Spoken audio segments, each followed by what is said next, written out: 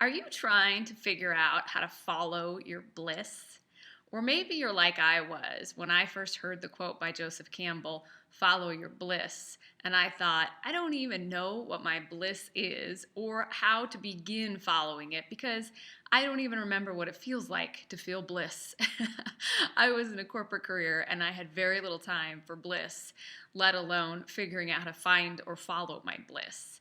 But I realized that that was the thing that was really missing in my life was I wasn't following my bliss, and I had become so disconnected from what my bliss truly was that it began a process of really needing to connect back into a space where I figured out or remembered what my bliss was.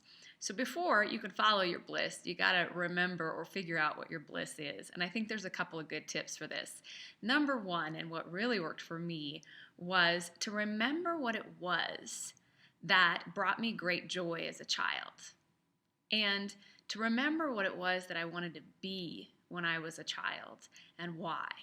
And for me, I wanted to be a country music singer because I love entertaining people. I love to make people feel special, and I love to talk. And I used to love to write country music songs, and I would make them rhyme, and then I loved singing them to people. And I also used to love doing Christmas shows and stuff for my family. And so I always felt good when I was making people laugh or entertaining them or making them feel loved or singing them a special song that I had written for them. So I remembered that, and I thought, I don't really do any of that in my life anymore. And the other thing that I used to find great bliss in was nature.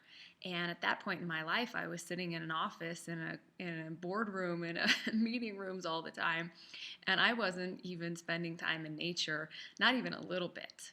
And so I had to incorporate that back into my day. And I had to find ways to really explore how it was that I brought my own gifts to the world, because that's when I really found my bliss. And for me, it was about spending a couple minutes just breathing and relaxing and getting quiet. And I took out a journal and I started writing about what made me happy as a kid. And I used to love to play outside. I used to love to go to the lake. I used to love to be out in the sun. And then I thought about what it was that I wanted to be when I was a little kid and why. And I remembered why I wanted to be a country music singer. And I realized that if I incorporated some of those things into my life now, I could experience bliss no matter where I was. And if I spent time in nature every day, I was just naturally in a blissful state.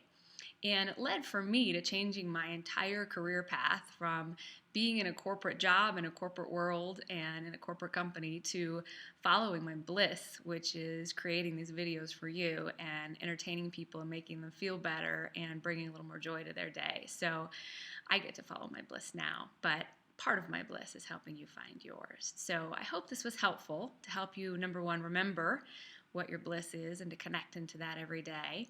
And in doing that, I think you will find ways to actually follow and pursue your bliss. And I predict that it'll bring a lot of joy and happiness into your life, as it has done for me. So I hope this was helpful. Have a great day.